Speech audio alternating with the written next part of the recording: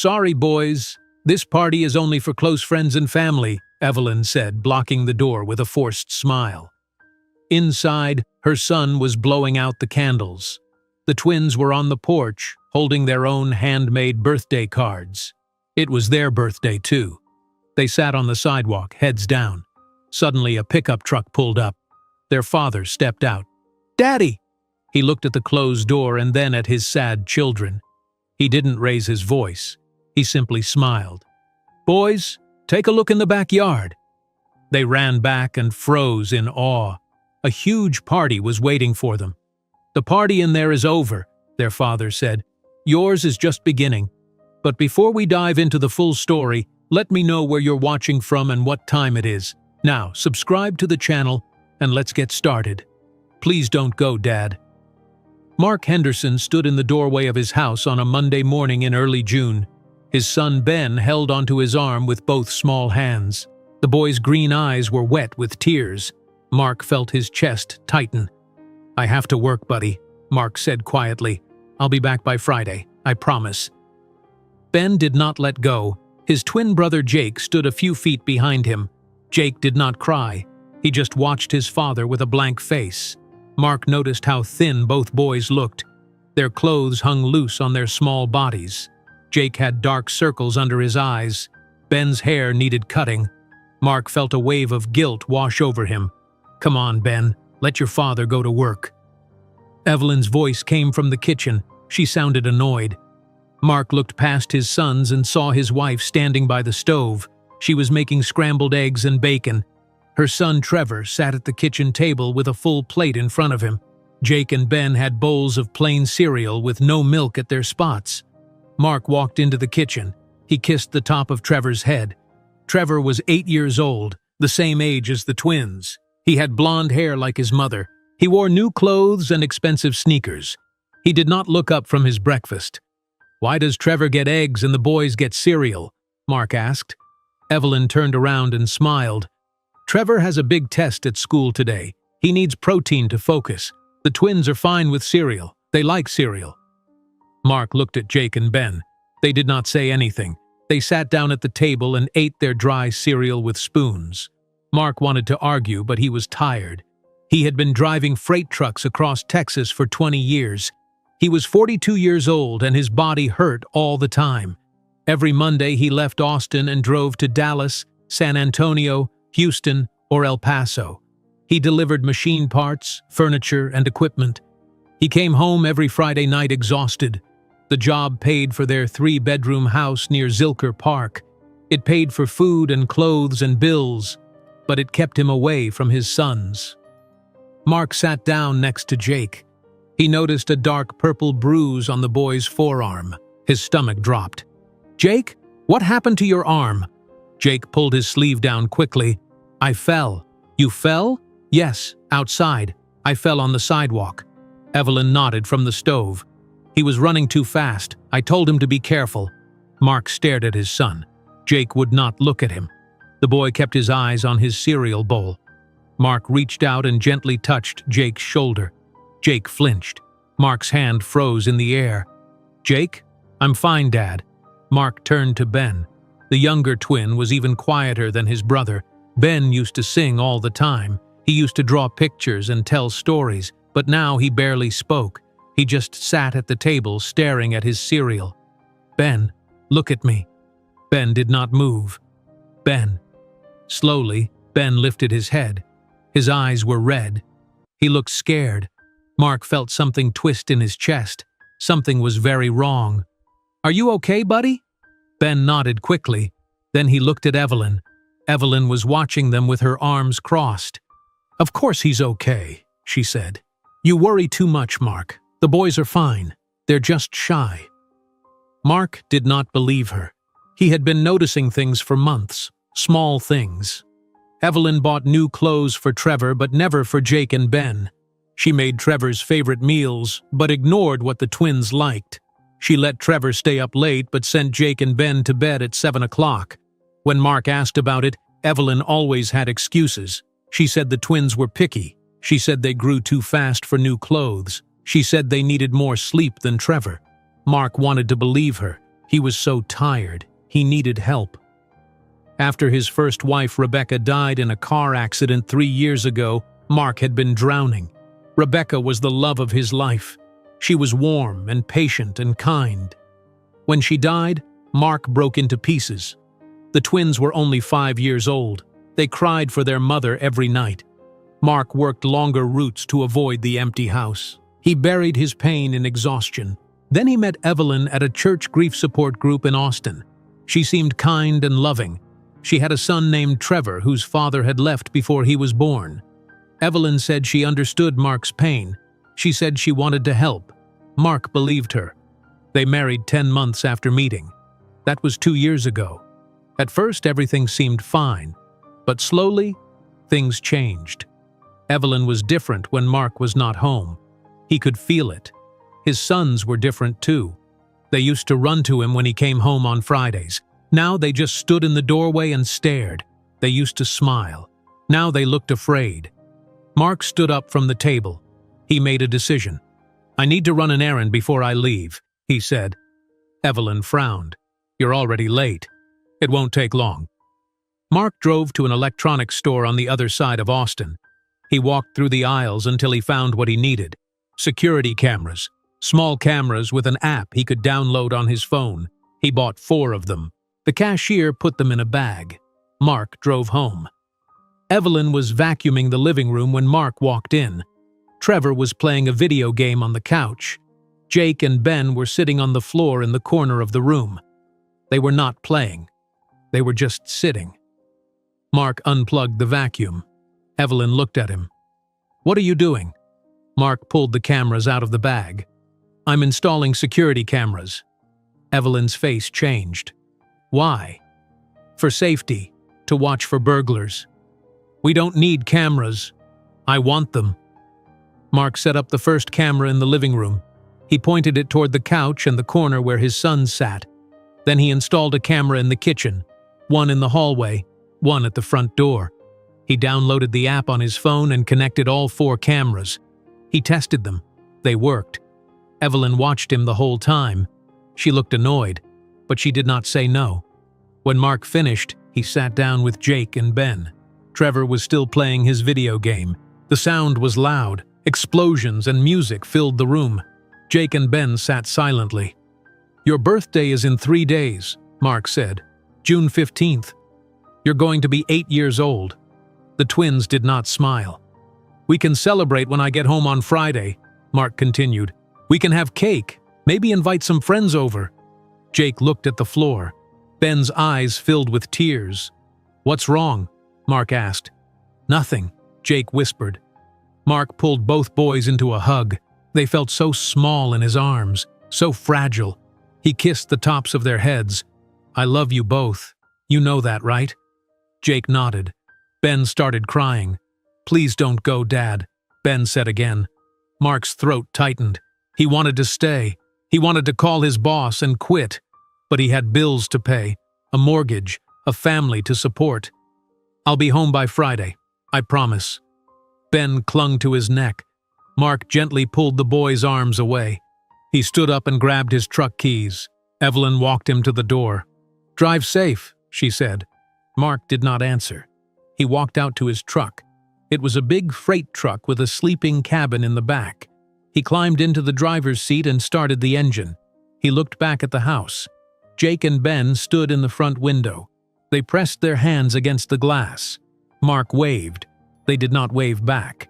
He put the truck in gear and drove away.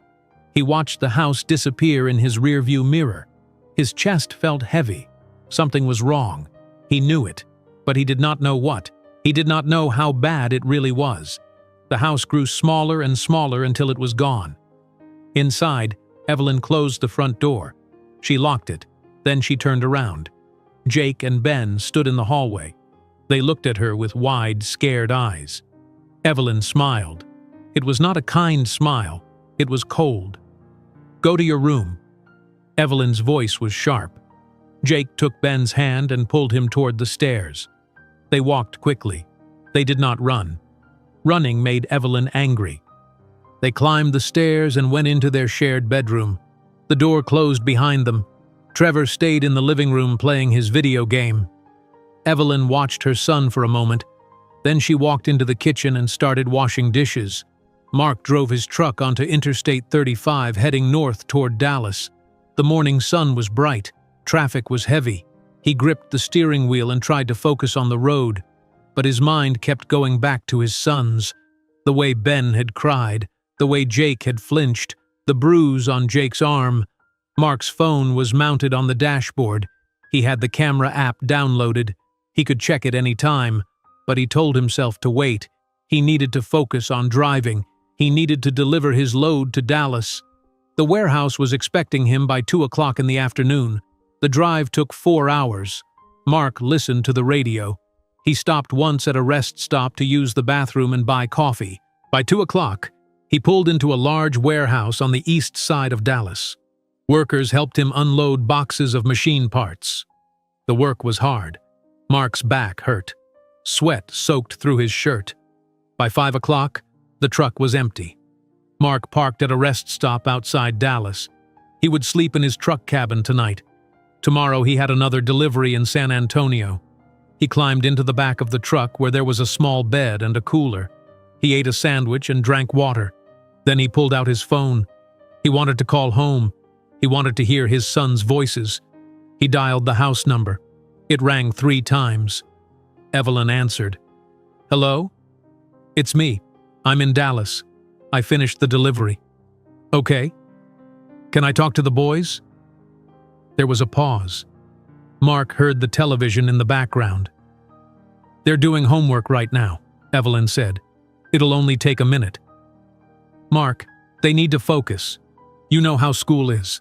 If they get distracted, they won't finish." Mark felt frustrated. "Just put Ben on for a second." "I said no. Call tomorrow."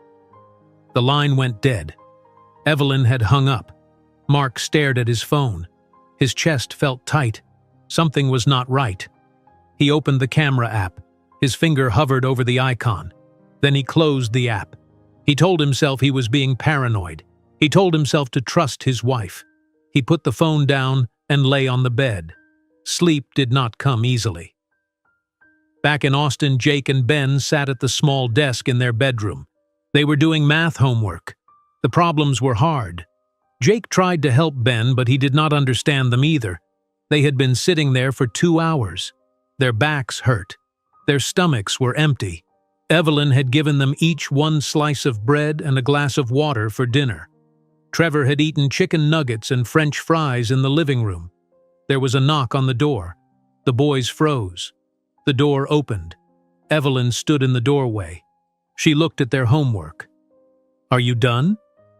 "Almost," Jake said quietly. "You're too slow. Trevor finished his homework an hour ago." "We're trying." Evelyn walked over and looked at their papers. "These answers are wrong." "I'm sorry," Jake said. "Sorry doesn't fix it. You're both stupid, just like your mother was." Ben's eyes filled with tears. Jake squeezed his hand under the desk. "Our mom wasn't stupid," Jake whispered. Evelyn's face went cold. She grabbed Jake's math paper and ripped it in half. "Don't talk back to me. You'll do the whole assignment again. Both of you." She walked out and slammed the door. They heard the lock click. Evelyn had locked them inside. Jake looked at his torn paper. His hands shook. Ben started crying silently. Jake put his arm around his brother. "It's okay," Jake whispered. "We'll redo it. It's okay." But it was not okay. The next morning, Mark woke up at 6 o'clock. He drove south toward San Antonio. The delivery was furniture for a hotel. He arrived at noon. Workers unloaded the truck. Mark waited in the heat. By 4 o'clock, he was done. He drove to a rest stop near San Antonio and parked. He was exhausted. His body ached. He called home again. Evelyn answered on the first ring. "Hello? It's me. I'm in San Antonio." "Okay. Can I talk to Jake and Ben?" "They're already asleep." Mark looked at his watch. It was only 6 o'clock in the evening. "Asleep? It's 6 o'clock. They were tired. I put them to bed early." "Evelyn, I haven't talked to them in 2 days." "They're fine, Mark. Stop worrying. You'll be home in 3 days anyway." I just want to hear their voices. I'm not waking them up. Call tomorrow." She hung up again. Mark felt anger rise in his chest. Why would she not let him talk to his sons? What was she hiding? He opened the camera app. This time he did not close it. He tapped the icon for the living room camera. The screen loaded. Mark saw his living room. Trevor was on the couch watching television.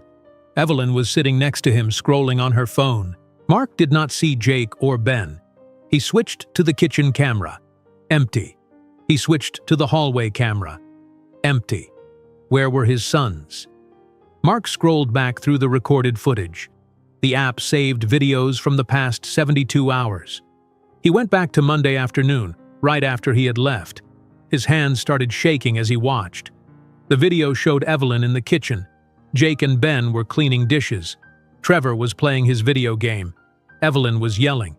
Mark turned up the volume on his phone. "You missed a spot. Wash it again." Jake picked up a plate and washed it again. His small hands struggled with the sponge. "Faster. I don't have all day." Ben dropped a fork. It clattered on the floor. Evelyn spun around. She grabbed Ben by the hair and yanked his head back. Ben cried out in pain. "Pick it up!" Ben bent down and picked up the fork with shaking hands. Evelyn let go of his hair. Mark felt sick. His vision blurred. He could not believe what he was seeing. He kept watching. The video jumped to Monday night. Evelyn was in the kitchen making dinner. She cooked steak and mashed potatoes. She put a full plate in front of Trevor. Then she put a single bowl of plain white rice on the table. Jake and Ben sat down. They stared at the rice. They did not complain. They picked up their spoons and ate in silence. Trevor ate his steak and laughed at something on his tablet. He did not look at the twins. Mark's stomach turned. He scrolled forward. Tuesday morning. Evelyn made pancakes for Trevor. She gave Jake and Ben each one piece of toast. No butter, no jam, just dry toast. Tuesday afternoon. Evelyn told the twins to clean Trevor's room. They picked up his toys and made his bed while Trevor sat on the couch. Tuesday night. Evelyn locked Jake and Ben in their bedroom at 7 o'clock. Mark could see them through the hallway camera. They sat on their bed holding each other. Mark's hands were shaking so hard he almost dropped his phone. Rage filled his chest. How had he not seen this? How had he let this happen? He wanted to scream. He wanted to drive home right now and take his sons away. But he forced himself to breathe. He forced himself to think. He needed a plan. He needed evidence. The boy's birthday was June 15th. That was 3 days away. Friday. He needed to see what Evelyn would do on their birthday. He needed to see everything. Mark saved all the video clips to his phone. Then he opened his contacts and scrolled to his lawyer's name.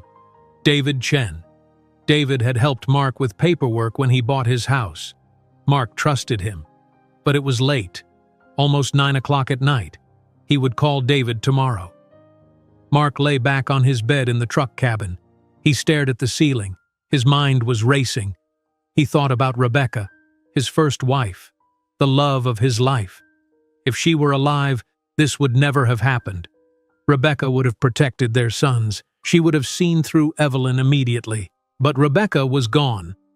She died 3 years ago when a drunk driver hit her car. Mark had been so broken after her death that he made terrible decisions. He rushed into marriage with Evelyn because he was desperate. He wanted his sons to have a mother. He ignored every red flag, and now his boys were suffering because of him. Mark closed his eyes. He made a promise to himself. He would fix this. He would protect his sons. He would make Evelyn pay for what she had done. His phone buzzed. A notification from the camera app. Movement detected in the hallway. Mark opened the app. He saw Evelyn walking down the hall. She stopped at Jake and Ben's door. She unlocked it and looked inside. Then she closed the door and locked it again. She walked away. Mark's jaw tightened. He watched the screen until Evelyn disappeared into her own bedroom. Then he switched to the view of Jake and Ben's room. The boys were asleep in their small bed. They were holding each other. Their faces looked pale in the darkness. Mark whispered to the screen, "I'm coming. I promise. Daddy's coming." Mark did not sleep that night. He lay in his truck cabin staring at his phone. He watched the camera feed for hours. The house was dark. Everyone was asleep. But Mark could not stop watching. He kept checking on Jake and Ben's room. The boys were curled up together in their small bed. Mark's heart ached. At 6 o'clock Wednesday morning, Mark started driving. His next delivery was in El Paso. That was an 8-hour drive from San Antonio. He needed to deliver equipment to a construction company. Mark drove west on Interstate 10. The Texas landscape stretched out around him. Flat land, dry brush, empty sky. Mark barely noticed. His mind was somewhere else. He thought about calling the police. But what would he say? My wife is mean to my sons? She feeds them rice instead of steak? The police might not take it seriously. He needed more evidence. He needed to see what Evelyn would do on the boy's birthday. That was 2 days away. Friday, June 15th. Mark's hands tightened on the steering wheel. He would watch and wait. Then he would act. Mark stopped twice for gas and food. Each time, he checked the camera app. At 10 o'clock in the morning, he saw Evelyn making breakfast. She gave Trevor pancakes with syrup and butter. She put 2 plain pieces of toast in front of Jake and Ben. Mark's jaw clenched. He saved the video to his phone. At 1 o'clock in the afternoon, Mark saw Evelyn vacuuming the living room. Jake and Ben were cleaning the bathroom. Trevor was outside playing in the yard. Mark watched his sons scrub the toilet and sink. They were 8 years old. They should be playing, not cleaning. Mark saved that video too. Mark arrived in El Paso at 4 o'clock in the afternoon. The construction site was on the edge of the city. Workers helped him unload metal beams and tools. The work took 3 hours. By 7 o'clock, Mark was done. He drove to a truck stop and parked. He bought a sandwich from the convenience store and sat in his cabin. He was exhausted, but he could not rest. He called home. Evelyn answered. "Hello? It's me. I'm in El Paso." "Okay. Can I please talk to the boys? I haven't spoken to them since Monday." "Mark, they're eating dinner right now. I'll wait." "No, they need to eat and then do their homework. You're being ridiculous. You'll see them on Friday." "Evelyn, I just want to hear their voices for 1 minute. Stop being dramatic. They're fine. I have to go." She hung up. Mark threw his phone on the bed. He wanted to scream. He wanted to drive home right now. But El Paso was 9 hours from Austin. If he left now, he would not arrive until 4 o'clock in the morning. He needed to be smart. He needed to wait. Mark opened the camera app again. He watched the live feed. Evelyn was in the kitchen. Trevor was eating spaghetti and meatballs. Jake and Ben were at the table with bowls of plain pasta. No sauce, no meatballs, just noodles. Ben was crying quietly. Evelyn ignored him. Mark felt rage build in his chest. He forced himself to breathe. He kept watching. At 8 o'clock, Evelyn sent Jake and Ben to their room. She locked the door. Mark watched them through the hallway camera. They went inside and sat on their bed. Jake pulled out a piece of paper and some old crayons. He started drawing something. Ben watched. Mark switched to a different camera. Evelyn was on the phone in the living room. Trevor was playing video games next to her. Mark turned up the volume. "Yes, I need the delivery tomorrow," Evelyn said into the phone. "Thursday afternoon, between 2 and 4 o'clock. There was a pause. "The address is 43 Oak Street, Austin, Texas." Another pause. "Perfect. Thank you."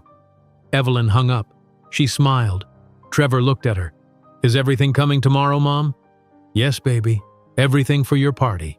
"The bouncy castle, too?" "The bouncy castle, the decorations, the cake, everything. Your party is going to be perfect." Trevor grinned. "I can't wait." Mark's stomach dropped. A party? Evelyn was planning a party for Trevor?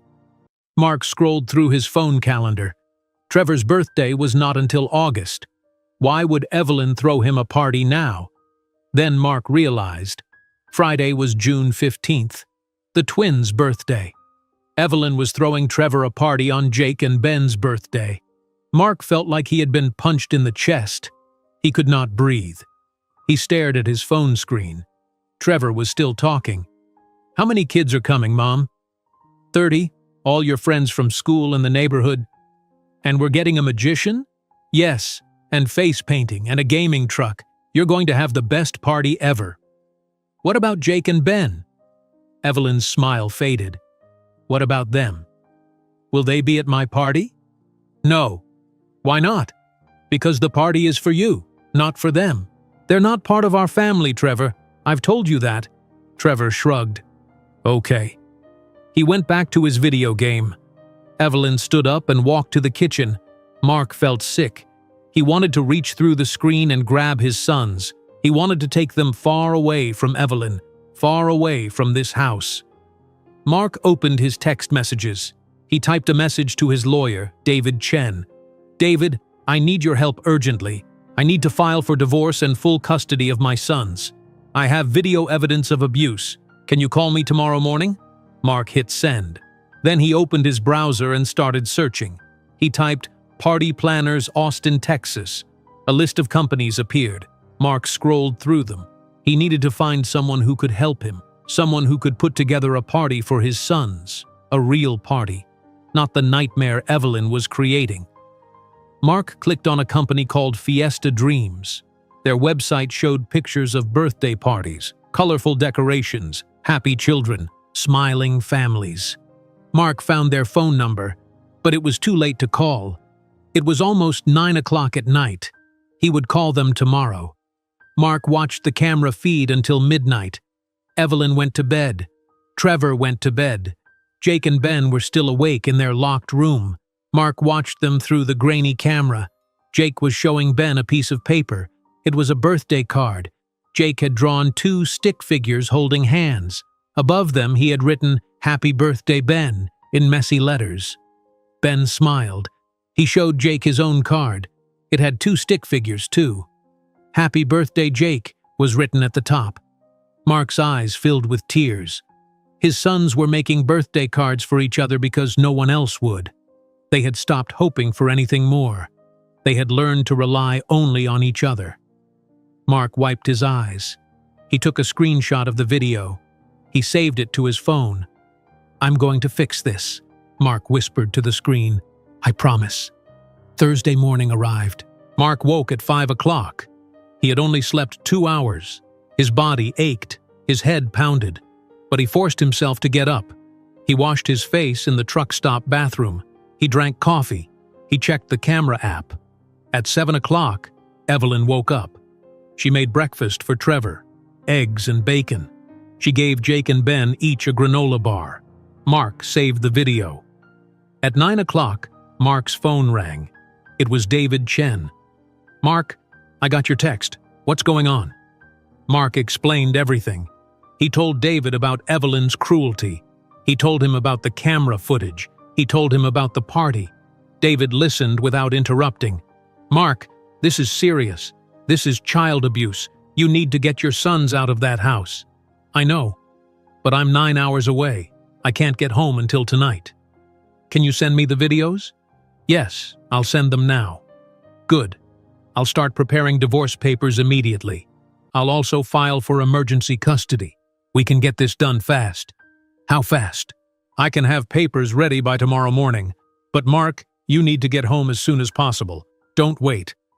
I'm leaving right now." Mark hung up. He sent David all the saved videos. Then he started his truck and pulled out of the parking lot. But he did not drive toward Austin. Not yet. He had one more call to make. He dialed the number for Fiesta Dreams. A woman answered. "Fiesta Dreams Party Planning, this is Rosa speaking." "Hi, Rosa. My name is Mark Henderson.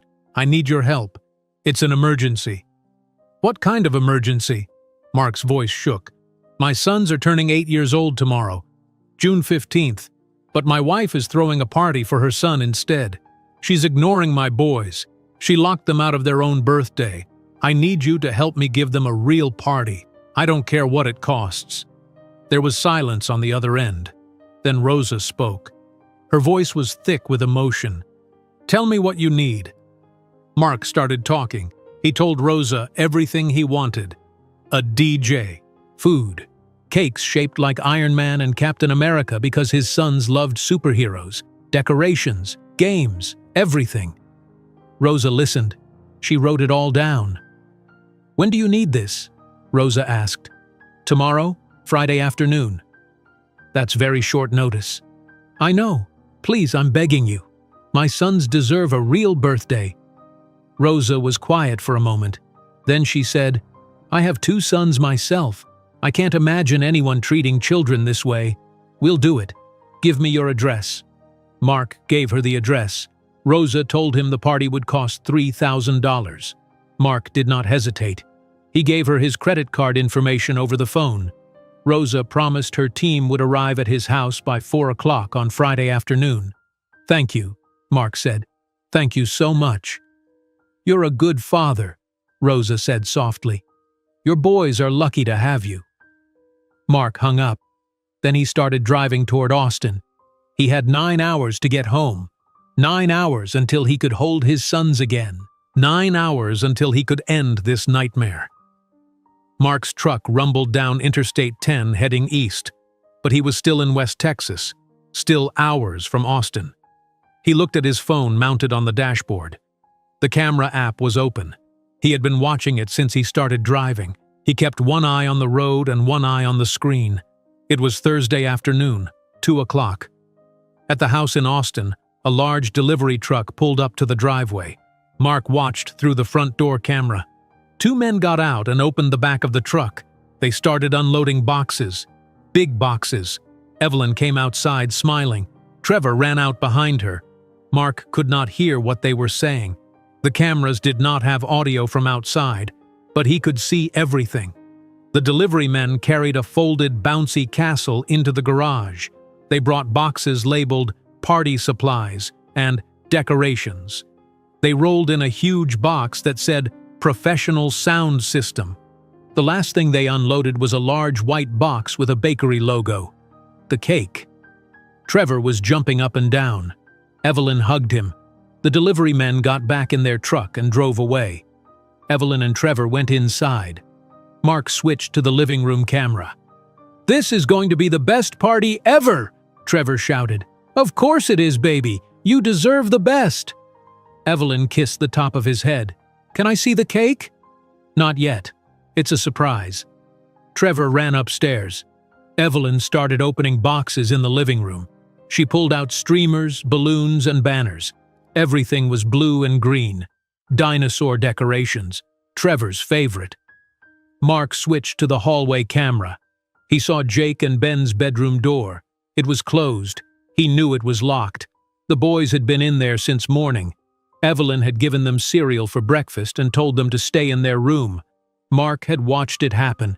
He had almost driven off the road because his hands were shaking so hard. Mark forced himself to focus. He had 7 more hours of driving. He could not afford to crash. His sons needed him. The afternoon passed slowly. Mark stopped once for gas. He did not eat. His stomach was too tight. He kept checking the cameras.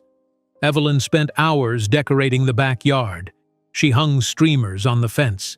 She set up tables and chairs. She inflated balloons. Trevor helped her.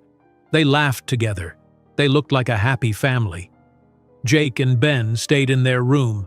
Mark watched them through the camera. They sat on their bed talking quietly. Jake showed Ben the birthday card he had made. Ben showed Jake his card. They hugged each other. Mark's eyes burned. He wiped them quickly. He needed to see the road. At 6 o'clock Thursday evening, Evelyn unlocked the boys' door. Mark watched through the hallway camera. Evelyn stood in the doorway. "Come eat dinner." Jake and Ben followed her downstairs. In the kitchen there was food on the table. Evelyn had ordered pizza. 3 large boxes sat on the counter. Trevor was already eating. He had 3 slices on his plate. Evelyn pointed to a small plate with 1 slice of plain cheese pizza. "You two can share that." Jake and Ben sat down. They did not argue. They each ate half of the slice. Trevor finished his third piece and grabbed a fourth. He did not look at the twins. "Tomorrow is my party," Trevor said with his mouth full. "I know," Evelyn said. "Everything is ready. The magician will be here at 2:30 p.m. The bouncy castle is set up. All your friends are coming. How many presents do you think I'll get?" "Lots, baby. At least 30. Trevor grinned. Jake and Ben stared at their empty plate. Evelyn saw them looking. "Stop staring. Go back to your room." The boys stood up and walked upstairs. Evelyn locked their door behind them. Mark saved all the videos to his phone. He sent them to David Chen. Night fell. Mark kept driving. He reached San Antonio at 9 o'clock. He was still 3 hours from Austin. He thought about stopping to rest, but he could not. He drank more coffee and kept going. At 11 o'clock Thursday night, Mark finally pulled into Austin. But he did not go home. Not yet. He needed to wait until tomorrow. He needed to catch Evelyn in the act. He needed the world to see what she was doing to his sons. Mark parked his truck at a gas station. He climbed into the back cabin and tried to sleep. His phone was in his hand. The camera app was open. Friday morning, June 15th, the twins' 8th birthday. Mark woke at 5 o'clock.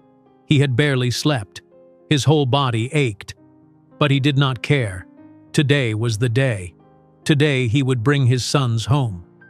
Mark checked the cameras. The house was still dark. Everyone was asleep. At 6:30, Evelyn woke up. She went downstairs and started making breakfast. Pancakes for Trevor, a granola bar for Jake and Ben. Mark watched. He saved the video. At 7 o'clock, Evelyn unlocked the boys' door. "Get up. Stay in your room today. I don't want to see you." She closed the door and locked it again. Jake and Ben sat on their bed. They whispered to each other. Mark wished he could hear what they were saying. He switched cameras and watched Evelyn. She was on her phone texting people, probably confirming details for the party. At 10 o'clock, the magician arrived. A man in a black suit carrying a bag of tricks. Evelyn let him in and showed him the backyard.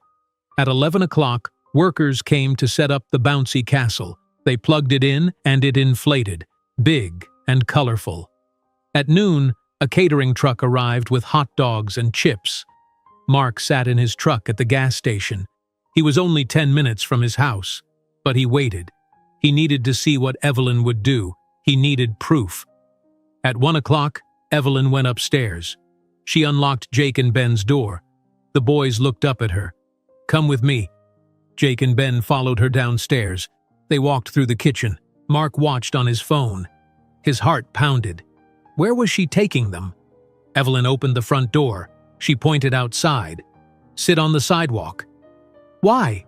Jake asked. "Because I said so." "But it's our birthday." Evelyn's face went cold. "This party is not for you. This party is for my real son. You two are mistakes. Your mother is dead. That makes you cursed. Nobody wants to celebrate broken children. Now sit outside and don't move." Ben started crying. Jake took his hand. They walked outside and sat on the concrete sidewalk. Evelyn closed the door. Mark heard the lock click through the camera audio. Mark's vision went red. His hands started shaking. He watched his sons sit on the sidewalk holding their homemade birthday cards. They leaned against each other. Ben's shoulders shook. He was crying. Jake put his arm around him. Mark could not watch anymore. He had seen enough, but he forced himself to keep the app open. He needed to record everything. At 2 o'clock, children started arriving. Parents dropped them off at the front door. Evelyn greeted them with a big smile.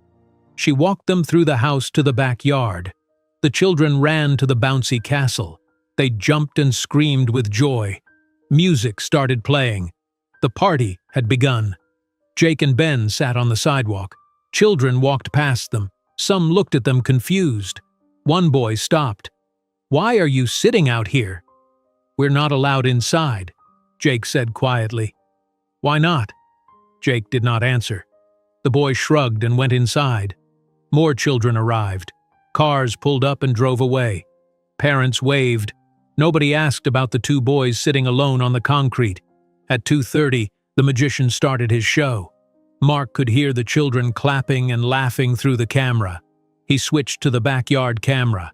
30 children sat in chairs watching the magician pull a rabbit from a hat. Trevor sat in the front row grinning. Evelyn stood behind him taking pictures with her phone. Mark switched to the front door camera. Jake and Ben had not moved. They sat holding each other. Their birthday cards were on the ground next to them. A neighbor walked by walking her dog. She looked at the boys. She frowned. But she kept walking. Mark could not take it anymore. He started his truck, but before he pulled out of the gas station, he made a phone call. He dialed his parents in Houston. His mother, Linda, answered. "Mark, is everything okay?" Mark's voice broke. "Mom, I need you and Dad to come to Austin right now." "What's wrong?" "I don't have time to explain. Please just come. I need you." "We're leaving right now." Mark hung up. Then he opened his contacts and called David Chen. "David, do you have the papers?" "Yes, I emailed them to you an hour ago. Did you get them?" "I'll check. Can I print them somewhere?" "Any gas station with a printer." "Mark, are you okay?" "No, I'm going to get my sons right now." Mark hung up. He checked his email. David had sent the divorce papers and custody documents. Mark drove to a different gas station with a printing station. He printed everything. His hand shook as the papers came out. He signed them. He got back in his truck. At 3:30, Mark was 5 minutes from his house. He checked the camera app one more time. The party was still going. Children were eating cake now. Trevor was opening presents in the living room. Wrapping paper covered the floor. Trevor held up a new video game and cheered. Mark switched to the front door camera. Jake and Ben were still outside, still sitting, still holding each other. Ben had fallen asleep against Jake's shoulder. Jake stared at nothing. Mark's jaw clenched. He whispered to his phone screen, "I'm almost there, boys." He pressed his foot on the gas pedal and drove toward his house. Mark's truck moved through the streets of Austin. His neighborhood was close now. He passed familiar stores and restaurants, places he had driven past 1,000 times. But today everything looked different. Today he was coming home to save his sons. Mark glanced at his phone. The camera app showed the party still going. 4 o'clock in the afternoon. Children were running in the backyard. The bouncy castle was full of kids jumping and screaming. Trevor stood near the cake table eating another slice. Evelyn was talking to another mother who had come back early to pick up her child. Mark switched to the front door camera. His chest tightened. Jake and Ben were still there, still sitting on the sidewalk. Ben was awake now. Both boys sat with their arms wrapped around their knees. They looked so small, so alone. Mark's phone rang. It was Rosa from Fiesta Dreams. "Mr. Henderson?" "Yes." "We're almost at your address. Where should we park?" Mark thought quickly. "Don't park in front of the house. Park down the street. I don't want my wife to see you yet." "Okay, we have 3 vans. Is there a side entrance to the backyard?" "Yes. There's a gate on the left side of the house. You can set up everything through there." "Perfect. We'll be ready when you arrive." "Thank you, Rosa. We're happy to help." Mark hung up.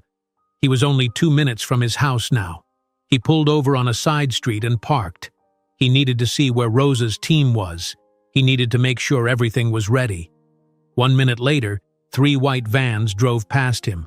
They had Fiesta Dreams party planning written on the sides in colorful letters. The vans drove down his street and parked 4 houses away from his address. Mark watched as people got out. Rosa was easy to spot. She was a woman in her 40s with dark hair pulled back in a ponytail. She wore a bright purple shirt with the Fiesta Dreams logo. 5 other people got out with her. They started unloading equipment from the vans. Mark's phone rang again.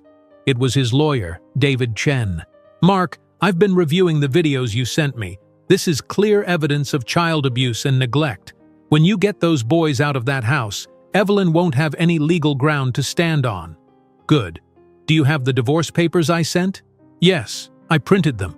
They're signed." "Perfect. After today, we'll file everything with the court.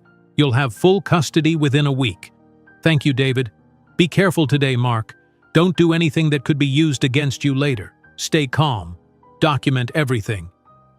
"I will." Mark hung up. He checked the camera app again. It was 4:15 now. At the house, some parents were starting to arrive to pick up their children. The party would be winding down soon. Mark needed to move fast. He started his truck and drove toward his house. His heart pounded in his chest. His hands gripped the steering wheel so tight his knuckles were white. As Mark got closer, he saw Rosa and her team carrying equipment toward his house. They moved quickly and quietly. They went through the side gate just like Mark had told them. Good. Evelyn would not see them from inside. Mark pulled into his driveway at exactly 4:30. His truck made a loud rumbling sound as he parked. He turned off the engine. For a moment he just sat there. He looked at his house, the house he had bought to keep his family safe, the house that had become a prison for his sons. Mark opened his truck door and stepped out. He looked to his left. Jake and Ben were sitting on the front sidewalk. They had not noticed him yet. Their heads were down. Ben was holding his homemade birthday card. The paper was crumpled and dirty. Jake's card was on the ground next to him. Mark walked toward them. His boots made noise on the concrete. Jake looked up. His eyes went wide. He could not believe what he was seeing. "Dad?" Ben's head snapped up. He stared at Mark. His mouth opened but no sound came out. Mark knelt down in front of them. He looked at their faces. Jake's cheeks were dirty. Ben's eyes were red from crying. They both looked so tired, so sad. Mark felt his throat tighten. He reached out and touched Jake's face. "I'm here," Mark said softly. "I'm here now." Jake's face crumpled. Tears started running down his cheeks. Ben let out a sob and threw his arms around Mark's neck. Mark caught him and held him tight. Jake pressed his face against Mark's chest. Both boys were crying. Mark wrapped his arms around them and held them close. "I'm sorry," Mark whispered. "I'm so sorry I wasn't here. I'm so sorry I left you with her." "We thought you weren't coming back," Ben sobbed. "I'm never leaving you again. Never. I promise." Mark pulled back and looked at his sons. He wiped their tears with his thumbs. "Today is your birthday, your real birthday, and I'm going to give you the party you deserve." Jake shook his head. "We don't need a party, Dad. We just want you." "You're going to have both." Mark stood up and took both boys by the hand. He led them toward the side of the house. They walked past the front door. Mark did not want to go inside yet. He did not want to see Evelyn. Not yet. They reached the side gate. Mark opened it. Jake and Ben stepped through and stopped. Their eyes went wide. Their mouths fell open. The backyard had been completely transformed. Not the section where Trevor's party was. That was on the right side of the yard. Rosa's team had set up everything on the left side. There were superhero banners hanging everywhere. Spider-Man, Iron Man, Captain America, the Hulk. Tables were set up with red and blue tablecloths. A DJ booth stood in the corner with speakers and colorful lights. 2 huge cakes sat on the main table. One was shaped like Iron Man. The other was shaped like Captain America. Both had Happy 8th Birthday written in frosting. One said Jake. One said Ben. A taco truck was parked in the driveway. The side was open and a man was cooking inside. The smell of meat and tortillas filled the air. A gaming truck was parked next to it.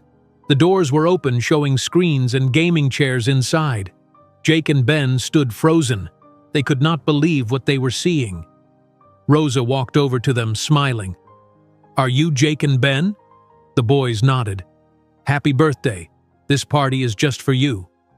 Ben's eyes filled with tears again, but this time they were different tears. Happy tears.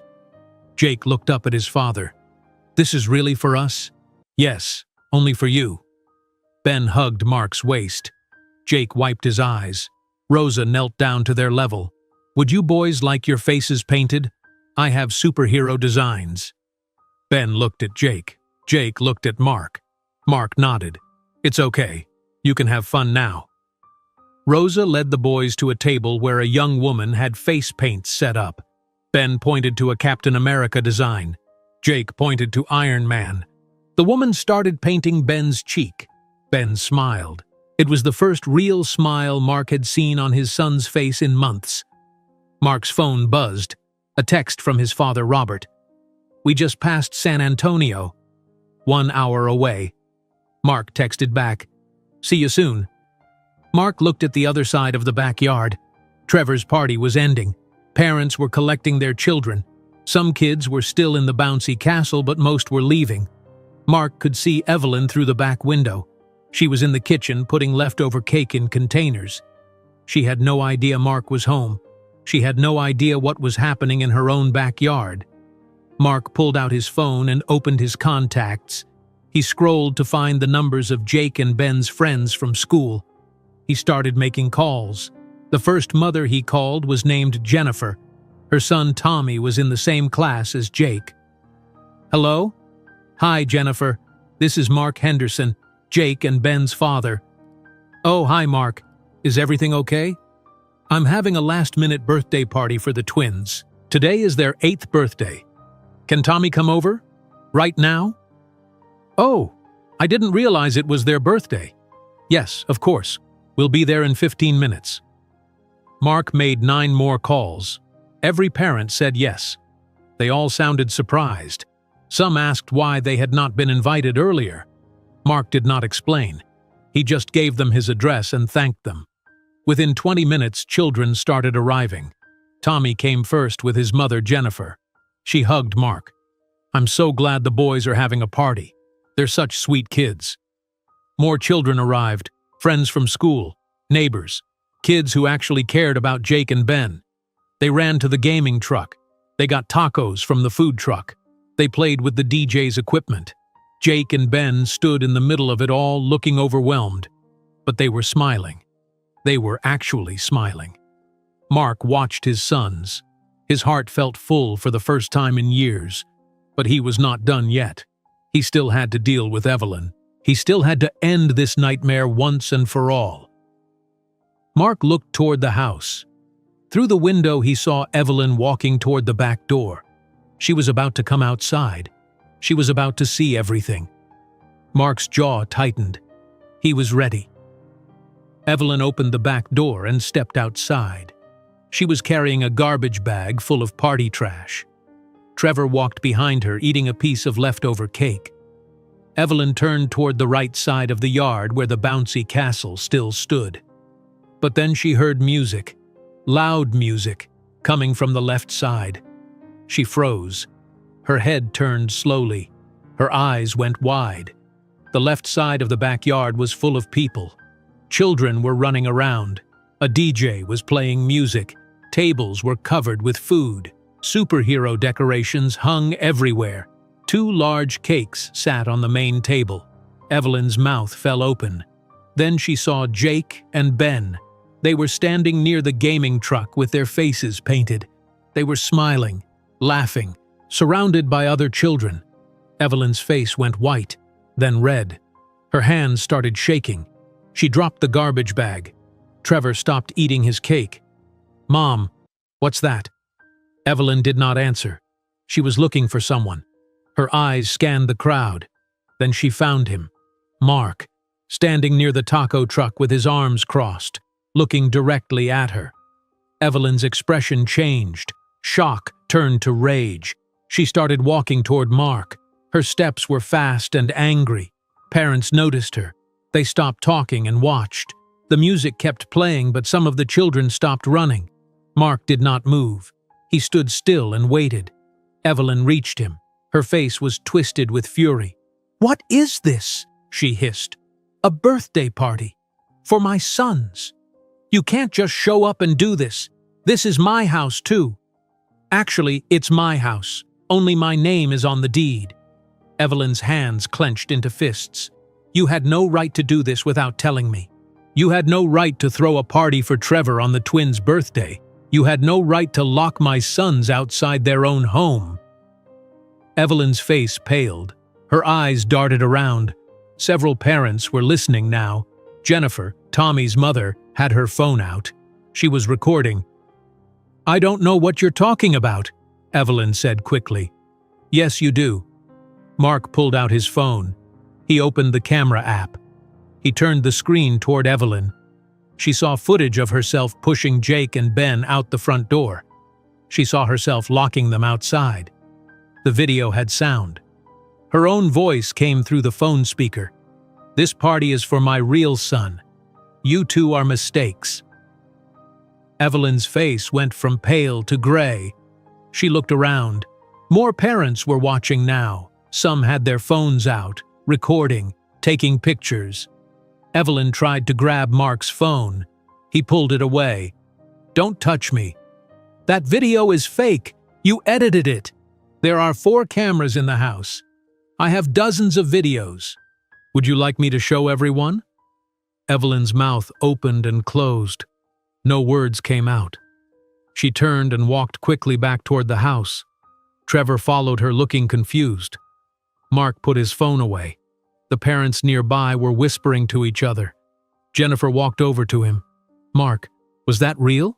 Did she really lock the boys outside?" Mark nodded. "Yes. She's been abusing them for months." Jennifer's hand covered her mouth. "Oh my God, those poor babies." Other parents came over. They asked questions. Mark showed them some of the videos. They watched in silence. One father shook his head. One mother started crying. They all looked at Jake and Ben with sad eyes. "We should have noticed," Jennifer said. "We should have seen something was wrong." "It's not your fault," Mark said. "I'm their father, and I didn't see it either, but I see it now. And it's over." The parents nodded. Some hugged Mark. Others went to check on Jake and Ben. The boys were sitting at a table eating tacos. They looked happy but also overwhelmed. Mark walked over to them and sat down. "Are you boys okay?" Jake nodded. "Is Evelyn going to come back out here?" "No, she's staying inside." Ben leaned against Mark's shoulder. "Dad, is she going to hurt us again?" Mark's chest tightened. He put his arm around Ben and pulled Jake close too. "No, she will never hurt you again. I promise." Rosa came over with a microphone from the DJ booth. "Mr. Henderson, should we sing Happy Birthday now?" Mark looked at his sons. "What do you think, boys?" Jake and Ben looked at each other. They had matching Iron Man and Captain America designs painted on their cheeks. They both smiled and nodded. Rosa walked to the DJ booth. The music stopped. She spoke into the microphone. "Everyone, can you please come to the cake table? It's time to sing Happy Birthday to Jake and Ben." The children ran over. Parents gathered around. Mark led his sons to the table with the 2 cakes. Jake stood in front of the Iron Man cake. Ben stood in front of the Captain America cake. 8 candles were stuck in each cake. Rosa lit them with a lighter. The DJ started playing the Happy Birthday song. Everyone sang. Mark sang the loudest. He stood behind his sons with his hands on their shoulders. Jake and Ben looked at the candles. Their eyes reflected the small flames. When the song ended, everyone clapped. "Make a wish," Mark said. Jake and Ben closed their eyes. They were quiet for a moment. Then they opened their eyes and blew out the candles together. Everyone cheered. Rosa started cutting the cakes and handing out pieces. The children ate and talked and laughed. Mark watched his sons. They were sitting at a table with Tommy and 3 other kids from school. They were eating cake and smiling. Real smiles, not forced, not fake. They looked like normal 8-year-old boys. For the first time in months, they looked happy. Mark's phone buzzed. A text from his father, Robert. "Pulling onto your street now." Mark looked toward the driveway. A few seconds later, a silver car pulled up. His parents got out. Linda, his mother, was a short woman with gray hair. Robert, his father, was tall and broad-shouldered. They both looked worried. Mark walked to the side gate and opened it. His parents rushed through. Linda saw Jake and Ben at the table. Her eyes filled with tears. She ran to them. The boys saw her and jumped up. Linda grabbed them both and hugged them so tight they could barely breathe. "My babies," she sobbed. "My sweet babies." Robert walked over and put his big hands on the boys' heads. He did not say anything. He just stood there with his jaw clenched and his eyes wet. Mark watched his parents hold his sons. He felt relief wash over him. His family was here. His boys were safe. But he was not done yet. He still had to deal with Evelyn. He still had to make sure she left this house and never came back. Mark walked toward the house. The party continued behind him. Children played. Music played. But Mark had something he needed to do. He opened the back door and stepped inside. The house was quiet. Mark walked through the kitchen into the living room. Wrapping paper from Trevor's party was still on the floor. The bouncy castle was visible through the window. But Evelyn was not in the living room. Mark heard voices upstairs. He walked to the stairs and climbed them slowly. The voices were coming from the master bedroom, Evelyn's room. Mark reached the door. It was half open. He pushed it wider. Evelyn was throwing clothes into a suitcase on the bed. Trevor sat on the floor playing with one of his new toys. Evelyn's face was red and blotchy. She had been crying, but now she just looked angry. She saw Mark in the doorway. She stopped packing. "Get out of my room. We need to talk. I have nothing to say to you." Mark stepped inside. He reached into his back pocket and pulled out the envelope David Chen had prepared. The divorce papers. He held it out to Evelyn. "What is that?" she asked. "Divorce papers and a petition for full custody of Jake and Ben." Evelyn stared at the envelope. She did not take it. Mark walked forward and set it on the bed next to her suitcase. "You have no right," Evelyn whispered. "I have every right. You abused my sons. I have video proof. I have witnesses. You're done, Evelyn." Evelyn's hands were shaking. She looked at Trevor. The boy was not paying attention. He was focused on his toy. She looked back at Mark. "Where am I supposed to go?" "I don't care, but you're leaving this house. Today." "You can't kick me out." Mark's voice stayed calm, cold. "Yes, I can. This house is in my name. You have no legal claim to it. Read the papers. My lawyer explained everything." Evelyn picked up the envelope with shaking hands. She opened it and pulled out the papers. Her eyes scanned the words. Mark watched her face change as she read. Shock, fear, anger. "This says I can only see Trevor with supervision." "That's right. That's insane. No. What's insane is what you did to my sons. What's insane is throwing a party for your son on their birthday while they sat outside on the sidewalk." Evelyn threw the papers on the bed. "I want my own lawyer." "Fine, get one. But you're still leaving today." "No." Mark pulled out his phone. "Then I'm calling the police." Evelyn's eyes went wide. "You wouldn't. Watch me." Mark started dialing. Evelyn lunged forward and tried to grab the phone. Mark stepped back. His finger hovered over the call button. "Leave now," Mark said quietly. "Or I call them and show them the videos. Then you won't just lose custody. You'll be arrested." Evelyn stared at Mark's phone. Her face was pale. She looked at the divorce papers on the bed. Then she looked at Trevor playing on the floor. Her shoulders sagged. "Fine," she whispered. "I'll pack." Mark lowered his phone but kept it in his hand. "You have 1 hour." 1 hour? I have a whole house to pack. Then pack faster, or pack less. I don't care. But in 1 hour, you're gone." Evelyn's eyes filled with angry tears. She turned away from Mark and went back to throwing clothes in her suitcase. Mark watched her for a moment. Then he walked out of the room. He went downstairs and out the back door. The party was still going. Children were in the gaming truck. The DJ was playing music. Jake and Ben were sitting with their grandparents at a table. Linda was holding Ben's hand.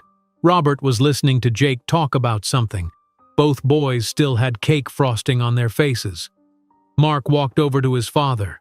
Robert stood up. "Is she leaving?" Robert asked quietly. "Yes, she has 1 hour." Robert nodded. "Good. Do you need me to stay inside and make sure she actually goes?" "No, I'll handle it. You stay with the boys." Mark walked back inside. He went to the living room and sat on the couch. He kept his phone in his hand.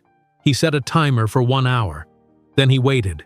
Upstairs, he could hear Evelyn moving around. Drawers opening and closing. Footsteps. She was packing. Mark looked at the clock on the wall. 5:30 in the evening. The party would go until sunset. Jake and Ben deserved every minute of it. 45 minutes passed. Mark heard Evelyn coming down the stairs. She was dragging 2 large suitcases. Trevor walked behind her carrying a backpack. Evelyn's face was red and puffy. She did not look at Mark. She dragged the suitcases to the front door. "I need to load these in my car." Mark stood up and unlocked the front door. Evelyn pulled the suitcases outside. Trevor followed. Mark stood in the doorway and watched. Evelyn's car was parked on the street. She opened the trunk and lifted the suitcases inside. Trevor got in the back seat with his backpack. Evelyn walked back to the house. She stopped in front of Mark. "I need my purse. It's in the kitchen." Mark stepped aside. Evelyn went to the kitchen and grabbed her purse from the counter. She came back to the front door. She looked at Mark. Her eyes were full of hate. "You're going to regret this." Mark's voice was calm. "The only thing I regret is meeting you." Evelyn's face twisted. She opened her mouth to say something, but no words came out. She turned and walked to her car. She got in the driver's seat and slammed the door. The engine started. The car pulled away from the curb and drove down the street. Mark watched until it disappeared around the corner. Then he closed the front door and locked it. He stood there for a moment. His chest felt lighter. The house felt different, cleaner, safer. Evelyn was gone. She was really gone. Mark walked back outside to the party. Rosa saw him and smiled. She walked over. "Is everything okay?" "Yes, everything is perfect now." Rosa handed him a cold bottle of water. "Your sons are wonderful boys. They've been so polite and grateful. Every time we give them something, they say thank you." Mark looked at Jake and Ben. They were in the gaming truck now with Tommy and 2 other kids. They were wearing virtual reality headsets and laughing. "They're good kids," Mark said. "They deserved better than what they got." "Well, they have better now. They have you." Mark smiled. It was the first real smile he had felt in a long time. The party continued as the sun started to set. The Texas sky turned orange and pink. Parents stayed to help. Jennifer brought out gifts from her car. Other parents had brought presents too. They stacked them on a table. Jake and Ben saw the pile of wrapped boxes and their eyes went wide. "Are those for us?" Ben asked. "Yes," Mark said. "People wanted to celebrate your birthday." Jake looked overwhelmed. "But we didn't invite them. They came because they care about you." Linda called the boys over to the present table. All the children gathered around. Jake and Ben sat on chairs while everyone watched. They started opening presents. Tommy gave them a board game. Another friend gave them art supplies. Jennifer's gift was 2 superhero costumes, Iron Man for Jake, Captain America for Ben. The boys held them up and grinned. More presents were opened, books, toys, gift cards, soccer balls. By the end, Jake and Ben had a pile of gifts around their feet. They looked at each other with identical expressions of shock and joy. "Thank you," Jake said to everyone. "Thank you so much." Ben was crying happy tears. Linda wiped his face with a napkin and kissed his forehead. "You're welcome, sweetie. You both deserve this." Robert started gathering up the wrapping paper and putting it in a trash bag. Mark helped him. They worked quietly, side by side. Robert looked at his son. "You did good today, Mark." "I should have done it sooner." "Stop. You did it when you saw the truth. That's what matters." Mark nodded. He wanted to believe his father, but the guilt was still there, heavy in his chest. The DJ started playing slower music. Some of the younger children were getting tired. Parents started taking them home. They hugged Mark on their way out. They told him to call if he needed anything. Jennifer was one of the last to leave. She hugged Jake and Ben. "I'm so glad you boys had a good birthday." "It was the best birthday ever," Ben said. Jennifer's eyes got wet. She hugged them again. Then she took Tommy's hand and walked to their car. By 7:30, all the guests had left except for Rosa and her team. They started packing up the DJ equipment and decorations. Mark tried to help, but Rosa waved him away. "No, no. You stay with your boys. We'll handle this." Mark sat down at a table with Jake, Ben, Linda, and Robert. The boys were exhausted but happy. They leaned against their father from both sides. Mark put his arms around them.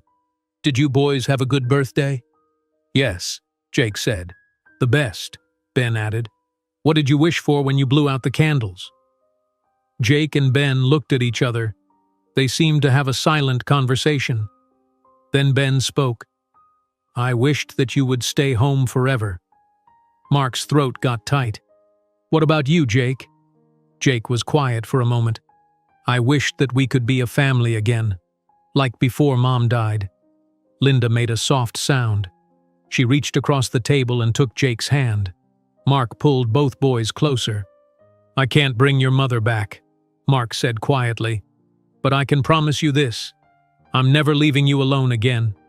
I got a new job here in Austin. I'll be home every single night." Jake looked up at him. "Really?" "Really. I start Monday. I'll drive local delivery routes. I'll leave in the morning and be home by dinner time. Every day." Ben hugged Mark's waist. Jake wiped his eyes. "We missed you, Dad." "I missed you too. So much." They sat together as the sky grew darker. Rosa and her team finished packing. She came over to say goodbye. "Everything is loaded. We're heading out." Mark stood and shook her hand. "Thank you, Rosa. You have no idea what this meant to us." Rosa smiled. "Actually, I think I do. Take care of those boys." "I will." Rosa and her team left through the side gate. Their vans drove away. The backyard was quiet now. The superhero decorations still hung on the fence. The empty cake plates sat on the tables, evidence of a real celebration, a real birthday. Mark looked at his parents. "Do you want to stay the night? We have a guest room." Linda nodded. "Yes, we're not leaving you boys tonight." "Actually," Robert said, "we've been talking. We're thinking about moving to Austin, to be closer to you and the boys." Mark stared at his father. "Really? Really? We can help out. The boys need family around, and so do you." Mark felt emotion rise in his chest. He nodded. "I'd like that." They all went inside through the back door. The house was quiet, different. Evelyn's presence was gone. Her shoes were not by the door. Her jacket was not on the coat rack. The air felt lighter. Mark walked through the house and locked all the doors. He checked the windows. He wanted his sons to feel safe tonight. He wanted them to sleep without fear. Upstairs, Mark helped Jake and Ben get ready for bed. They brushed their teeth. They put on pajamas. They climbed into their shared bed. Mark sat on the edge and looked at them. "Tomorrow, we're going to make some changes." "What kind of changes?" Jake asked. "Good changes. We're going to sell this house. Too many bad memories. We'll find a new place. Maybe near Grandma and Grandpa." "Can we each have our own room?" Ben asked quietly. Mark's heart broke a little. "Yes. You can each have your own room, and we'll decorate however you want." The boys smiled. Mark tucked the blanket around them. He kissed both their foreheads. "I love you both, more than anything in the world." "We love you too, Dad," they said together. Mark turned off the light and left the door open. He walked downstairs. His parents were in the living room. Linda was picking up the last pieces of wrapping paper from Trevor's party. Robert was sitting on the couch. Mark sat down next to his father. He felt exhausted, but also relieved. Today had been the hardest and best day in a long time. "What happens next?" Robert asked. "The divorce, custody hearing. I have a lawyer handling it. With the video evidence, it should be fast." "Good." They sat in silence. Mark looked around the living room. This house had been his dream once, a place to raise his family, to make memories, but it had become a nightmare. He would sell it, start fresh, build something new, something safe. Mark's phone buzzed, a text from David Chen. "Got your message. Videos are perfect evidence. Court date set for Monday. This will be quick." Mark texted back. "Thank you." He put his phone down and closed his eyes.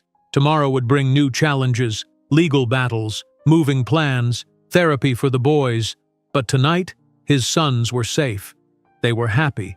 They were home. That was enough. Mark woke up early Saturday morning. The house was quiet. He checked his phone. 6:15. He got out of bed and walked down the hall. Jake and Ben's door was still open. Mark looked inside. Both boys were asleep in their bed. They were holding each other. Their faces looked peaceful. Mark went downstairs. His mother was already in the kitchen making coffee. She smiled when she saw him. "Good morning." "Morning, Mom. How did you sleep?" "Not much." "But that's okay." Linda poured him a cup of coffee. Mark sat at the kitchen table. The house looked different in the morning light. Cleaner, safer, but also emptier. Evelyn had taken some things when she left. A lamp from the living room. A picture frame. Small things. Mark did not care. He wanted every trace of her gone. "What's the plan for today?" Linda asked. "I need to go to the police station. I want to file a formal report about what Evelyn did. The videos are evidence, but I want it documented officially." Linda nodded. "That's smart. Do you want me to watch the boys?" "Yes. I don't want them to have to relive any of this." Robert came downstairs a few minutes later. He sat at the table with Mark. They drank coffee in silence. At 7:30, Jake and Ben woke up. They came downstairs in their pajamas. Their hair was messy. They looked surprised to see their grandparents still there. "You stayed?" Jake asked. "Of course we stayed," Linda said. "We're having breakfast together. What do you boys want? Pancakes? Eggs?" "Pancakes," Ben said quietly. Linda started making pancakes. Real pancakes with butter and syrup. She made a huge stack. Jake and Ben sat at the table and ate until they were full. Mark watched them.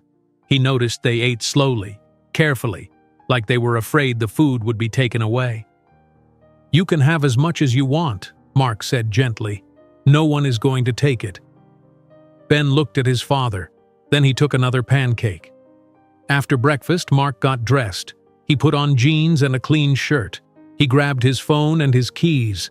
The camera videos were saved on his phone. He had also backed them up to his email and a cloud storage account.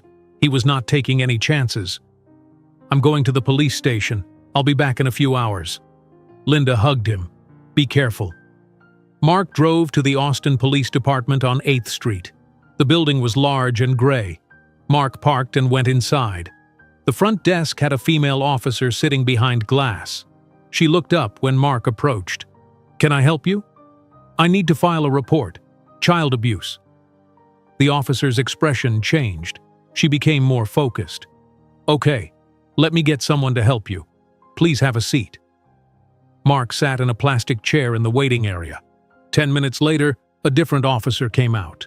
She was tall, with dark hair pulled back in a tight bun. Her uniform had a name tag that said, "Officer K. Mitchell." "Mr. Henderson?" Mark stood up. "Yes. I'm Officer Karen Mitchell. Come with me." Mark followed her down a hallway into a small office. Officer Mitchell closed the door and sat behind a desk. Mark sat across from her. "Tell me what happened." Mark took a deep breath. Then he told her everything. He told her about marrying Evelyn, about the cameras, about the abuse. Officer Mitchell listened without interrupting. She took notes on a pad of paper. When Mark finished, she looked at him. "Do you have evidence?" "Yes, video evidence. Hours of it." Mark pulled out his phone. He opened the camera app and selected several videos. He handed the phone to Officer Mitchell. She watched silently. Mark saw her jaw tighten. Her eyes narrowed. She watched video after video. Evelyn yelling. Evelyn grabbing Ben by the hair. Evelyn locking the boys in their room. Evelyn feeding them plain rice while Trevor ate steak. When she finished watching, Officer Mitchell handed the phone back. Her face was hard. "This is clear evidence of child abuse and neglect. I'm glad you came in. We need to document this officially." "What happens now?" "I'll file a report. I'll include the videos as evidence. You should also send copies to Child Protective Services. They'll open an investigation into Evelyn Carter. She's already out of the house. I gave her divorce papers yesterday. She left with her son. Good, but we still need this on record. If she tries to fight for custody or visitation, this report will be important. Officer Mitchell typed on her computer for several minutes. She printed out forms and had Mark sign them. She made copies of the videos from Mark's phone onto a department hard drive. The whole process took an hour. When they finished, Officer Mitchell walked Mark back to the lobby. You did the right thing coming here. Those boys are lucky to have you. Mark nodded. He did not feel lucky. He felt guilty. I should have seen it sooner. Stop. You saw it when you saw it. Now you're protecting them. That's what matters. Mark drove home. When he walked in the front door, he heard laughter. He followed the sound to the living room. Jake and Ben were on the floor playing with their new toys from the party, building blocks and action figures. Robert was on the couch watching them. Linda was in the kitchen cooking something that smelled good. Mark sat down next to his father. How did it go? Robert asked quietly. Good. It's all documented now. The police have the videos. Robert nodded. They watched the boys play. It was strange seeing them act like normal children, playing, laughing, making up stories with their toys. For so long they had been quiet and scared, but slowly they were coming back to life. The phone rang. Mark looked at the caller ID. It was David Chen, his lawyer. Hello? Mark, it's David. I have some news. I filed the divorce petition this morning, emergency custody as well. Because of the video evidence, the judge expedited everything. We have a hearing scheduled for Monday morning at 9 o'clock. That fast? Child abuse cases get priority. The judge reviewed the videos I submitted. He wants to see you and Evelyn in court immediately. Will she be there? She has to be. I had the papers served to her an hour ago. A process server found her at a motel in San Antonio. Okay, what do I need to bring? Just yourself. I have everything else.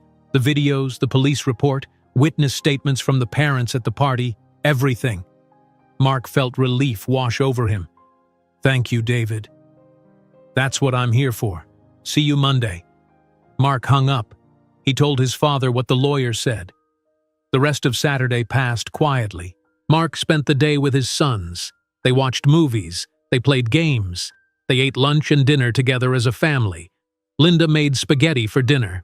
Real spaghetti with meat sauce and garlic bread. Jake and Ben ate 2 helpings each. That night, Mark tucked them into bed again. They looked less tired tonight, less scared. Dad? Jake said. Yes? Is Evelyn coming back? No, she's gone.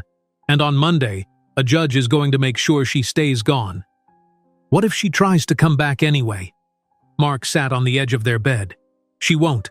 But if she does, I'll call the police. They have videos of everything she did. They'll arrest her. Ben pulled the blanket up to his chin. Promise? I promise. You're safe now. Both of you. Jake and Ben relaxed.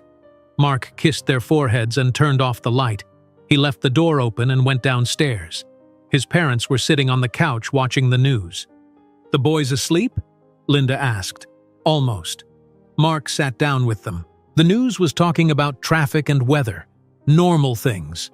Mark realized how long it had been since he felt normal, since he felt like his life was not falling apart. He still had a long way to go. The divorce, selling the house, finding a new place, getting the boys into therapy. But for the first time in months, he felt hope. Sunday passed in a similar way, quiet and peaceful. Mark took the boys to a park near Zilker. They played on the swings and slides. Other children were there with their families. Jake and Ben were shy at first, but slowly they started playing, running, laughing, acting like kids. Mark sat on a bench and watched them. Robert sat next to him. They're going to be okay, Robert said. I hope so. They will. Kids are strong, stronger than we think. Mark wanted to believe him. He watched Jake push Ben on the swing. Ben was laughing. The sound was beautiful. Mark realized he had not heard Ben laugh in months, maybe longer. That night, Mark laid in bed thinking about Monday. The court hearing. Facing Evelyn again. Part of him was nervous, but most of him was just ready. Ready to end this chapter. Ready to start healing. Ready to give his sons the life they deserved. Mark closed his eyes. Tomorrow, everything would change. But this time, it would change for the better. Monday morning came fast. Mark woke up at 6 o'clock. He got dressed in a dark suit. It was the same suit he wore to his wedding with Rebecca years ago. He had not worn it since. It felt strange on his body. Too formal. Too tight. Mark went downstairs. Linda was already awake making breakfast. She looked at him and smiled sadly. "You look good." "I feel sick." "That's normal. But you're doing the right thing." Mark drank coffee but could not eat. His stomach was too tight. At 7:30, Jake and Ben came downstairs. They were still in their pajamas. They saw their father in the suit and stopped. "Where are you going?" Ben asked. Mark knelt down. "I have to go to court this morning. Remember I told you about the judge?" "Is Evelyn going to be there?" Jake asked. "Yes." Both boys looked scared. Mark pulled them close. "But she can't hurt you anymore. The judge is going to make sure of that. Grandma and Grandpa will stay here with you. I'll be home by lunchtime." "Promise?" Ben whispered. "I promise." Linda came over and put her hands on the boys' shoulders. "We're going to make cookies this morning. Would you boys like that?" Jake and Ben nodded. They hugged their father one more time. Then Mark stood up and grabbed his keys. Robert walked him to the door. "You've got this, son." "I hope so." Mark drove downtown to the Travis County Courthouse. It was a tall building made of gray stone. Mark parked in the garage and took the elevator up to the 4th floor. Family court. He found the right courtroom and saw David Chen waiting outside. His lawyer was a thin man in his 50s with gray hair and glasses. He carried a leather briefcase. "Mark, good morning." "Morning. Are you ready?" "As ready as I'll ever be." David opened his briefcase and pulled out a thick folder. "I have everything we need. The videos, the police report, statements from witnesses at the party.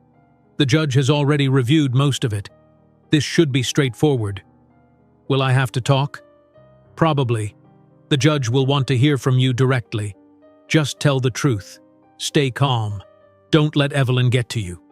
Mark nodded. His hands were sweating. He wiped them on his pants. At 8:55, the courtroom doors opened. A bailiff stood in the doorway. "Henderson versus Carter. The judge is ready." Mark and David walked inside. The courtroom was smaller than Mark expected. Wooden benches, a judge's bench at the front, an American flag in the corner. Mark sat at a table on the left side. David sat next to him. Mark looked to the right. Evelyn was sitting at the other table with a lawyer, a man in a cheap suit who looked tired. Evelyn wore a black dress. Her hair was pulled back. She looked smaller than Mark remembered, older. Her eyes were red like she had been crying. Trevor was not there. Mark felt relieved. The boy did not need to see this. The bailiff spoke loudly. "All rise. The Honorable Judge Patricia Ramirez presiding." Everyone stood. The judge walked in. She was a woman in her 60s with short gray hair and dark eyes. She wore black robes. She sat at the bench and looked at both sides. "Please be seated." Everyone sat. Judge Ramirez opened a file in front of her. "This is a petition for emergency divorce and full custody filed by Mark Henderson against Evelyn Carter. I've reviewed the evidence submitted by Mr. Henderson's attorney. I've watched the video footage. I've read the police report." She looked at Evelyn over her glasses. "Mrs. Carter, I have to say, what I saw in those videos is deeply disturbing." Evelyn's lawyer stood up. "Your Honor, my client maintains that the videos are taken out of context." "Sit down, counselor." The judge's voice was sharp. The lawyer sat. Judge Ramirez looked at Evelyn again. "Mrs. Carter, I watched you grab an 8-year-old child by the hair. I watched you lock 2 children in their bedroom for hours. I watched you feed them plain rice while your own son ate full meals. I heard you call them mistakes and tell them their mother made them cursed. What context could possibly justify that? Evelyn's face went red. She looked down at the table. "Nothing to say?" Judge Ramirez asked. "Good, because I've heard enough." She looked at Mark.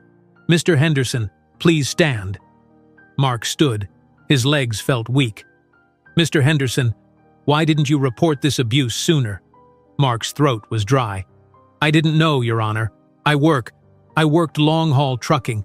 I was gone Monday through Friday most weeks. I trusted my wife to care for my sons.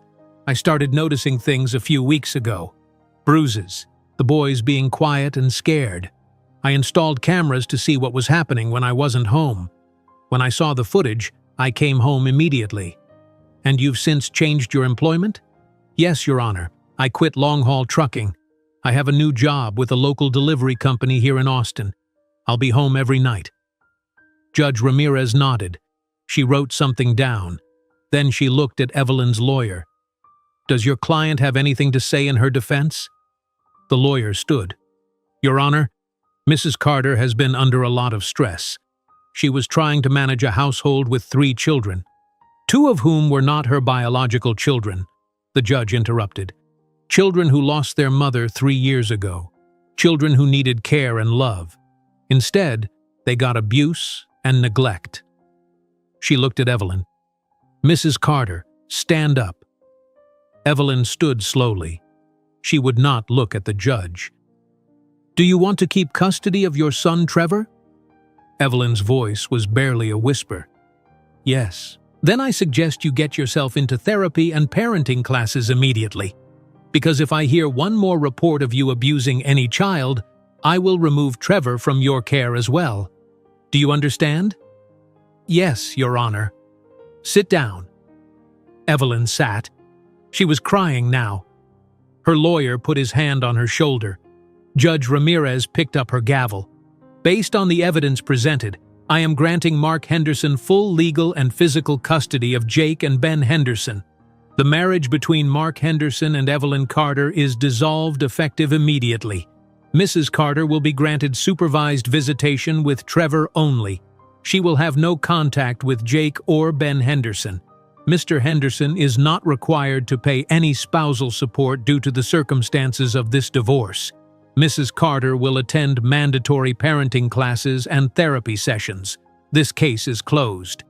She banged the gavel. The sound echoed through the courtroom. "Court is adjourned." Judge Ramirez stood and walked out. Mark sat frozen. He could not believe it was over. That fast. David put his hand on Mark's shoulder. "Congratulations, your boys are safe now."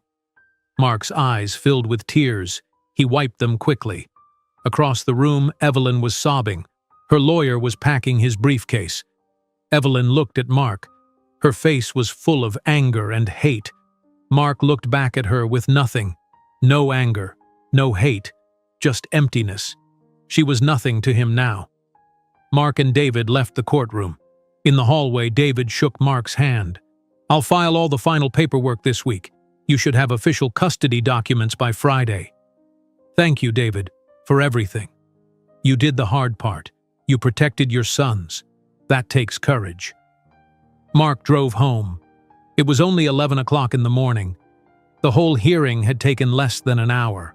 Mark felt numb, relieved, but also exhausted. He pulled into his driveway and sat in his car for a moment. He looked at his house. Soon it would not be his house anymore. He would sell it, find a new place, start over. Mark went inside. The smell of cookies filled the air. He heard laughter from the kitchen. He walked in and saw Jake and Ben at the table with Linda. They were decorating cookies with frosting and sprinkles. The boys looked up and saw him. They jumped up and ran to him. "Dad, you're back!" Mark hugged them both. "I'm back." "What happened?" Jake asked. Mark knelt down so he was eye level with them. "The judge said you're staying with me. Forever. Evelyn has no rights to you anymore. She can't come near you. You're safe." Ben started crying. Jake hugged his father tighter. Mark held them both and did not let go. Linda wiped her eyes with a dish towel. She smiled at her son. Mark smiled back. They spent the rest of the day together, eating cookies, playing games, being a family. That night, Mark tucked the boys into bed.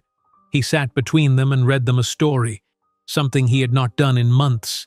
When he finished, he closed the book. Tomorrow we start looking for a new house, somewhere with a big backyard, somewhere you can each have your own room. How does that sound? Good, Jake said. Really good, Ben added. Mark kissed their foreheads. I love you both. Sweet dreams. He turned off the light and left the door open.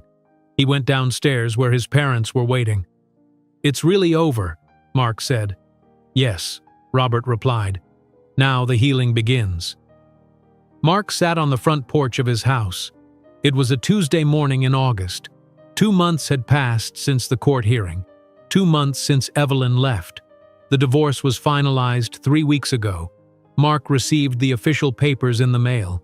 He put them in a file folder and never looked at them again. The boys were inside with Linda. Robert was in the garage packing boxes. Today was moving day.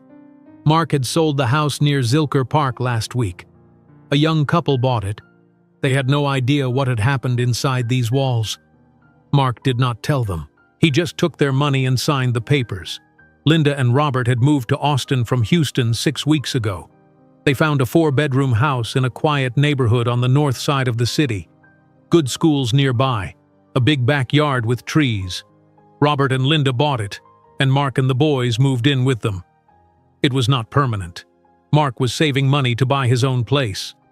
But for now, they were all together, and that felt right.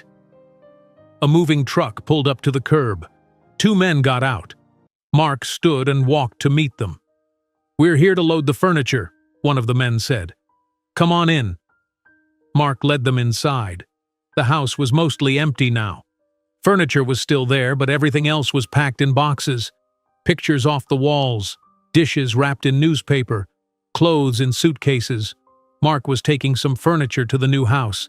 The rest he was donating or throwing away. He did not want anything that reminded him of Evelyn. Jake and Ben came downstairs. They watched the movers carry the couch out the front door. Is this really the last time we'll be here? Jake asked. Yes, Mark said. We're never coming back. Good, Ben said quietly. Mark looked at his sons. They had changed in 2 months. They smiled more. They talked more. They were still healing, but they were getting better. Mark had found a therapist for them, a woman named Dr. Sarah who specialized in childhood trauma. Jake and Ben saw her twice a week. At first, they did not want to talk. They sat in her office and stared at the floor. But Dr. Sarah was patient. She used art and games to help them open up. Slowly, they started talking. About their mother Rebecca, about Evelyn, about their fear and anger and sadness. Dr. Sarah told Mark that healing would take time. Years, probably. The boys had been through trauma. They would carry scars. But children were resilient. With love and support, they would be okay. Mark held on to those words. Love and support. That was his job now. That was all he could do. The movers worked for 3 hours. They loaded the truck with beds, dressers, the kitchen table, and chairs. Mark watched them carry out the twins' small bed. The bed where Jake and Ben had held each other through so many terrible nights. Mark felt a flash of anger. He almost told the movers to throw the bed away. But then he remembered the boys sleeping peacefully in that bed, together, protecting each other. That bed had been their safe place. Mark decided to keep it, just in case they ever wanted it. By noon, the truck was loaded. Mark did one final walk through the empty house. He went room by room. The living room where Evelyn had thrown Trevor's party. The kitchen where she had fed the boys plain rice. The hallway where she had locked them in their room. The master bedroom where Mark had confronted her. Every room held bad memories. Mark was glad to leave them behind. He went upstairs to the boys' room. It was empty now, just bare walls and carpet. Mark stood in the doorway and remembered finding the birthday cards. The cards Jake and Ben had made for each other. Mark had kept those cards. He had them framed. They were packed carefully in a box in his truck. He planned to hang them in the hallway of the new house.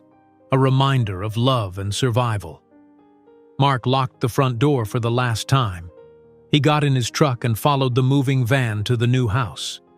Linda and Robert had driven the boys ahead. When Mark pulled into the driveway of the new house, he saw Jake and Ben in the front yard. They were throwing a football back and forth. Robert was watching them. They looked happy, normal, like a regular family. Mark parked and got out. The movers started unloading the truck. Linda came out of the house. The boys picked their rooms already. Jake wants the one on the left. Ben wants the one on the right. They're next to each other. Good. Mark helped the movers carry furniture inside. Jake and Ben's beds went into their separate rooms. For the first time in their lives, they would sleep alone. Mark worried they might be scared. But when he asked them, Jake shook his head. "We're okay, Dad. We can still talk through the wall." Ben nodded. "And if I get scared, Jake is right there." Mark felt proud. His boys were growing, becoming braver. That night, after everything was unpacked, they had dinner together. Linda made spaghetti. They sat around the new kitchen table. Mark looked at his family, his parents, his sons. This was what mattered. Not the house, not the things, just the people. After dinner, Mark tucked the boys into their separate beds for the first time. He went to Ben's room first. The walls were bare, but Ben had already put up one drawing, a picture of him and Jake holding hands. Above them was their dad, and above him were Linda and Robert, the whole family. "I like this room," Ben said. "I'm glad. We can paint it any color you want." "Blue, like Captain America." "Blue it is." Mark kissed his forehead and left the door open. He went to Jake's room next. Jake was already in bed. His room had posters on the walls, superheroes and soccer players. "You okay?" Mark asked. "Yeah, this is better than the old house." "Much better." Mark sat on the edge of the bed. Jake looked at him. "Dad, are you okay?" Mark was surprised by the question. "Yes. Why?" "You seem sad sometimes." Mark took a deep breath. "I'm sad about what happened to you and Ben. I wish I had protected you better." Jake sat up. "But you did protect us. You came back. You made Evelyn leave. You gave us a real birthday." Mark's eyes got wet. "You're a good kid, Jake. Both of you are." "We had to be good, or Evelyn would get mad." "You don't have to be good all the time anymore. You can make mistakes. You can be loud. You can be kids." Jake thought about this. Then he smiled. "Can I try out for soccer?" "Absolutely." 2 weeks later, Mark signed Jake up for a youth soccer league. Jake went to practices twice a week. He made friends with the other boys on the team. He scored his first goal in a game in September. Mark, Ben, Linda, and Robert all cheered from the sidelines. Jake ran to them after the game with the biggest smile. Ben started taking art classes at a community center. He drew pictures of families and houses and superheroes. His teacher said he had talent. Ben brought his drawings home and Linda put them on the refrigerator. Every single one. Mark started his new job with the local delivery company. He drove a smaller truck around Austin. He delivered packages to businesses and homes. The pay was less than long-haul trucking. But Mark was home every night by 6 o'clock. He had dinner with his sons. He helped with homework. He read bedtime stories. He was present. That was worth more than any paycheck. The months passed. Fall turned to winter. Christmas came. It was their first Christmas without Evelyn. Linda cooked a big meal. They opened presents under the tree. Jake got a new soccer ball. Ben got an art set with paints and canvases. Both boys got new bikes. They rode them around the neighborhood with Robert running behind them. Winter turned to spring. The boys finished 3rd grade. Their teachers said they were doing well. Their grades were good. They had friends. They seemed happy.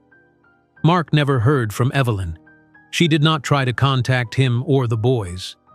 He heard from David Chen that she was still in San Antonio, still living in a motel. She had completed her court-ordered therapy and parenting classes. She had supervised visits with Trevor once a week, but she never asked about Jake and Ben. Mark was glad. The further away she stayed, the better. 1 year passed.